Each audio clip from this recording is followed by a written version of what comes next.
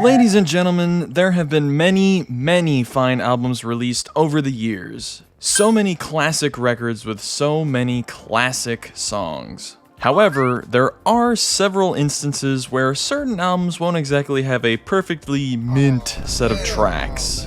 Sometimes, you're bound to have a track or two that might not hit as hard as the rest of an album.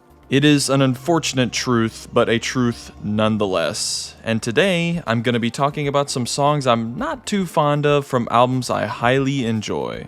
I tried to keep this list consistent with tracks I don't like too much, or maybe sometimes skip when I listen to albums top to bottom. Tracks that stick out, and not for the greatest reasons.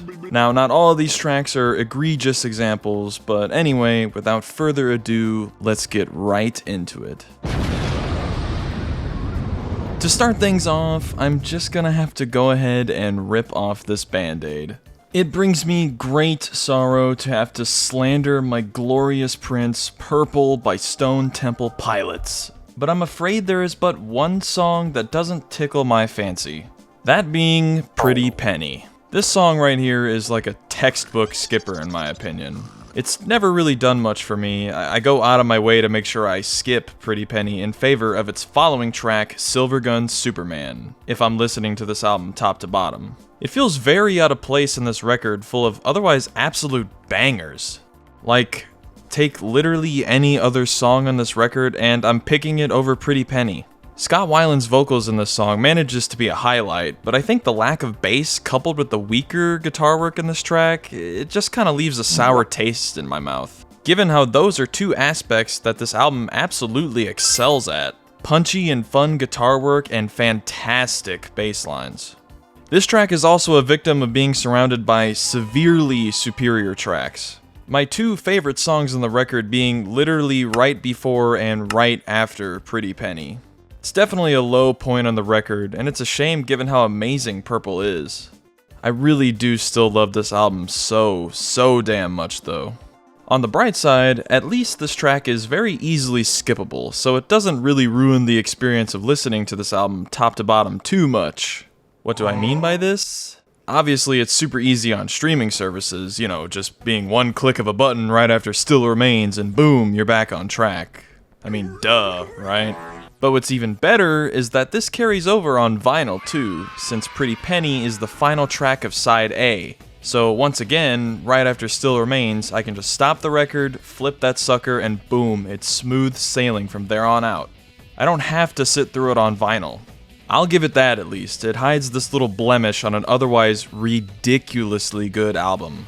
But then again, it still is a shame. Cause this album was literally one song away from being an absolute no-skipper. But oh well, I mean what can we do? Besides appreciate it for the gem Purple still is. Next up, we have a bit of a less jarring decline with Live Young, Die Free from Overkill's Horoscope. I've talked about Horoscope before, and as I mentioned previously, Horoscope is a really good thrash metal album. Every song besides one little exception is damn solid. Unfortunately, Live Young, Die Free is the one outlier here, being the one song I tend to overlook in favor of other tracks on this album.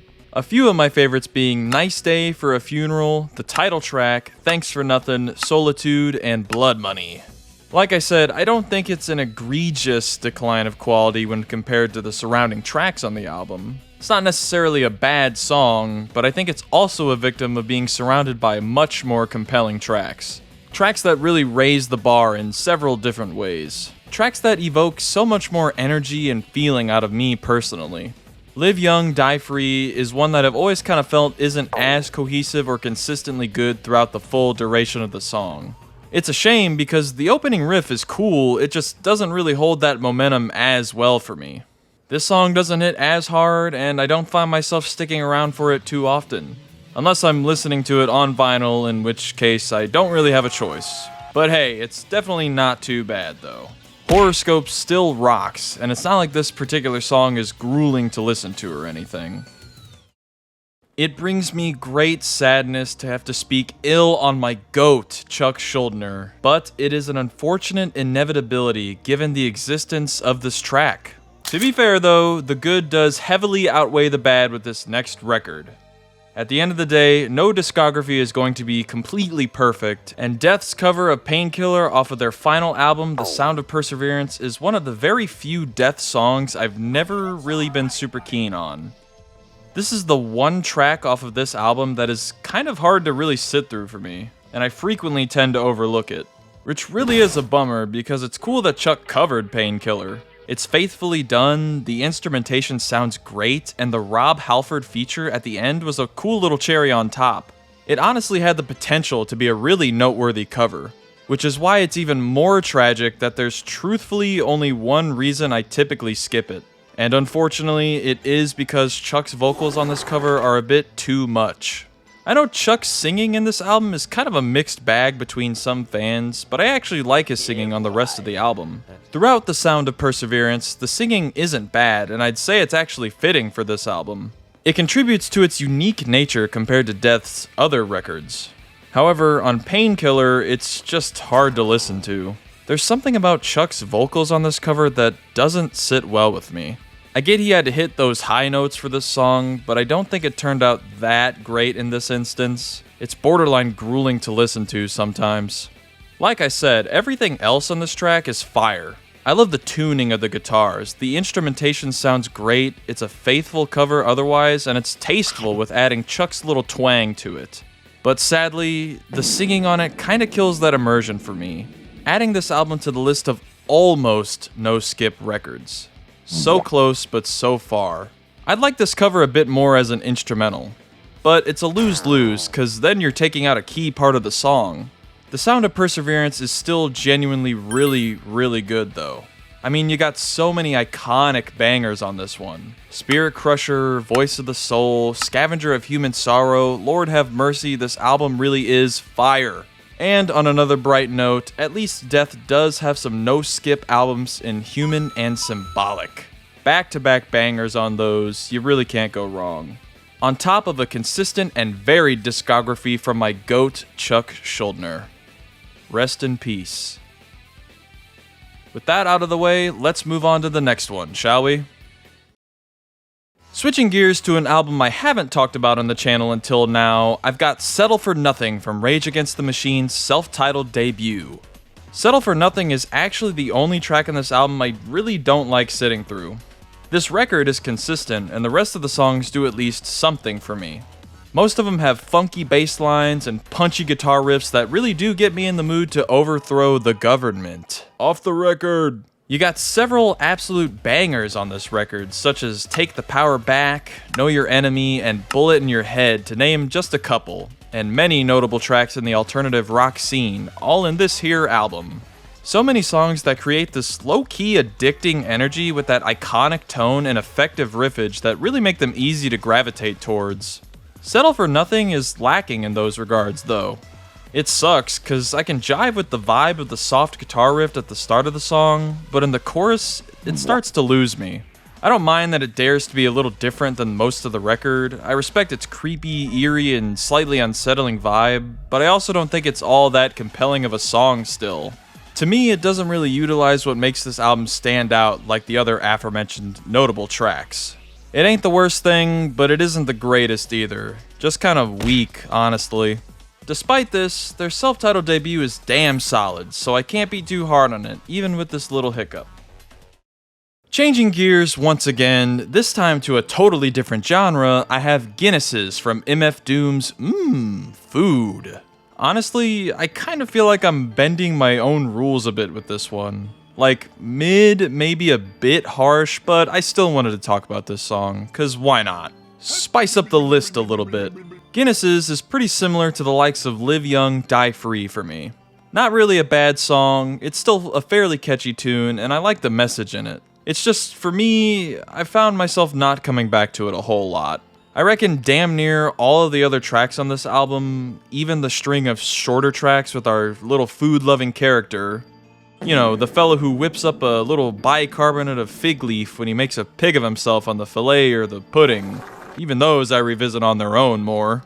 I wouldn't say it's a skipper if you're listening to the album top to bottom, and it's not out of place, which is part of the reason it almost feels wrong talking about it on this list. However, I think the flow and the beats throughout the rest of the album slap way harder, and Guinness's just doesn't reach those heights for me. For a lack of better terms, it feels a bit more generic and standard with the writing as compared to tracks like Beef Rap, Hoe Cakes, Deep Fried Friends, Vomit Spit. I mean, the list goes on, really. So many great examples of awesome hip-hop on this record.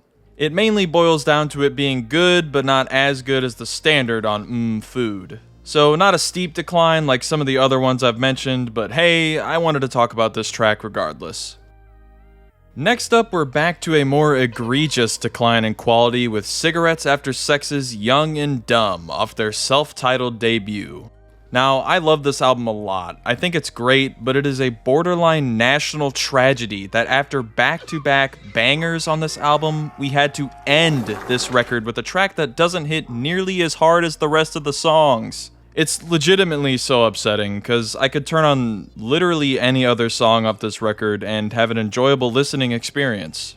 The remainder of this record is all so effective and touching. Young and Dumb, however, I can't help but look past. And it being the final track on the album, making it easy to do just that, even if I am listening to it top to bottom, doesn't help its case. I think Young and Dumb is an outlier because the rest of the album excels at creating emotional vibes with the instrumentation and lyricism that really end up resonating strongly. And Young and Dumb doesn't for me. I see it more as a generic whatever song in an album full of deep cuts. I mean, sure, it's not like CAS is the most complex or diverse band musically, but it's more about the vibes created, setting a strong and compelling tone that's executed well, and how the feelings all wash over you. This album is great at tapping into several different facets of love, affection, and emotion by creating cohesive and hard-hitting vibes with the solid guitar work, lyricism, and softer but effective backings of the bass and drums. It's a pretty tender project, truth be told. However, I don't particularly feel any of that with Young and Dumb. I don't get a strong, complex feeling washing over me like I would in, say, Opera House, for example. I mean, in some fairness, the track does make me reminisce on a time when I was younger and dumber, so it's at least consistent in regards to cohesive songwriting, but I don't think it's as well done as its predecessors. And like I said, it's jarring after a record filled to the brim with deep cuts. It feels pretty out of place, to be frank, which is a crying damn shame because of just how good the rest of this album really is. Once again, so close to being an absolute no-skip record here. Thinking about it, it is quite a bummer now that I've spent the last little bit talking about it, but it's okay. I'm definitely not coping right now, guys, I swear. I'm definitely not. Nope, not at all. Inevitably shifting back to metal music, for this next pick, I wanted to talk about New Death Sensation from Acid Bath's sophomore album, Pagan Terrorism Tactics. Oh boy. There truly are very few tracks I don't fancy on this album. I think it's pretty consistently good. It may fall off a smidge after the first 3 tracks, but it's still definitely a solid project. New Death Sensation, though, I don't particularly enjoy sitting through all the way. I enjoyed for the first minute and 40 seconds with that somewhat melancholic guitar lick that's complemented by Dax's singing, but after that, it loses me, I can't lie. I wish they would have leaned more into that opening riff, or at least come back to it in some way, cause I don't think the follow-up afterwards is very strong. I don't mind the switch up, but I wish they expanded on the intro a bit better. There's that disconnect between the guitar and vocals, which obviously isn't inherently bad, but I don't particularly fancy its execution in this case. After the first little bit of the track, it really doesn't get any strong feeling out of me. I can jive with the direction they tried to go in sonically, but it doesn't hit the mark for me in this instance. I think this track had a lot of potential, but unfortunately, it loses me, and it makes for probably the only song on that album I don't like to fully sit through, off a record that's otherwise pretty great. Well, that's about all I've got to say, ladies and gentlemen. These were but a handful of tracks I don't like as much as others on some great records. What do you think about my picks for this list? Am I cooking, or did I end up shitting on your favorite tracks? As always, feel free to let me know. And hey, while you're at it, feel free to tell me about some songs you think are mid off albums you highly enjoy. But for now, that's gonna be it from me. Until next time, take care.